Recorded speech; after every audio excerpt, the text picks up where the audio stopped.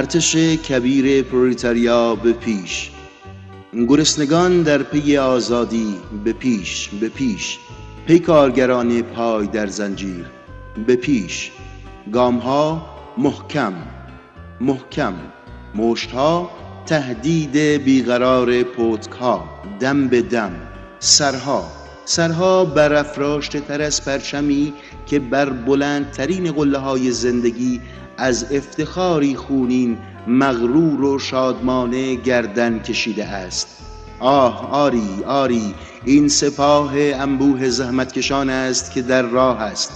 ارتش کبیر پرولتاریا به پیش، به پیش، سازندگان امیدهای فردا به پیش، برپا کنندگان رفیع ترین ستونهای آرمانها به پیش، به پیش، تنین قدمهای رنج بران پیچیده در شهر، در میدان، بیدادگران ایستاده به گوش در پشت دیوارهای ترس و توطئه، اندیشناک رژه خروشان کارگران، دسته به دسته، گردان به گردان، و کارگران می آیند.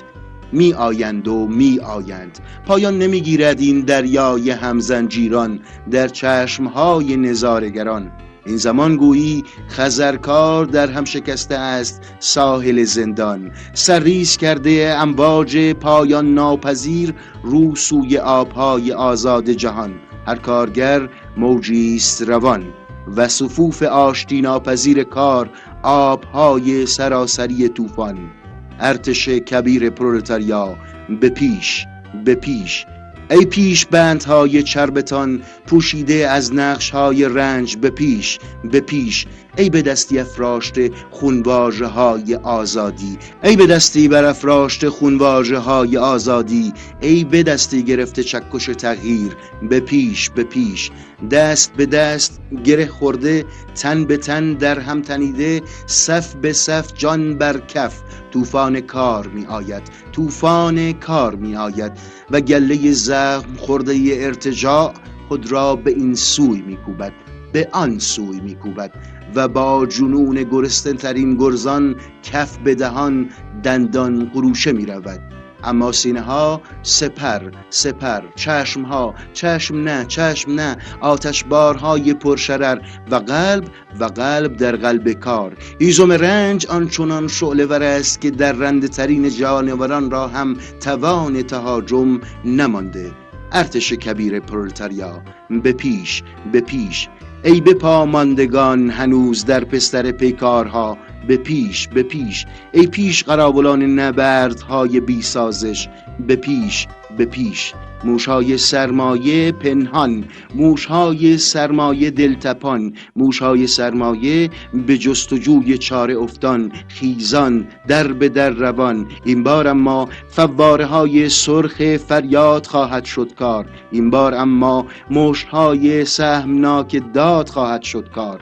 ارتش کبیر پرولتاریا به پیش، آوازخوانان سرخ آزادی به پیش، سرکوبگران تکیده استثمار به پیش، آنان بیدادگران، ستمسازان، مرگاوران، آنان آخرین شانس را می‌آزمایند. اینک دشمنان کار در لباس مدافعان کار به صحنه می‌آیند، اینک سوداگران میهن در لباس عاشقان وطن به صحنه می آیند، اینک مرتجعان، اوباش، زندانبانان رهایی در لباس حافظان آزادی به صحنه می آیند تا دیوارهای ترک خورده دنیای کهنه را باز سازند. آنان آخرین شانس را می‌آزمایند و دلغکان سازش را با ماسک‌های فریب و اوراد دروغین آشتی به یاری می‌خوانند. اما کار به تاریخی از آشتی ناپذیرترین پیکارها به مسخره می‌گیرد.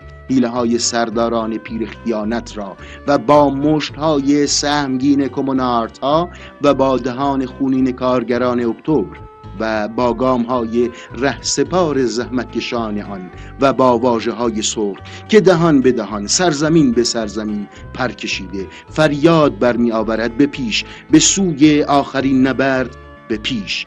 ارتش کبیر پرولتاریا به پیش، پیکارگران پای در زنجیر به پیش، گرسنگان در پی آزادی به پیش.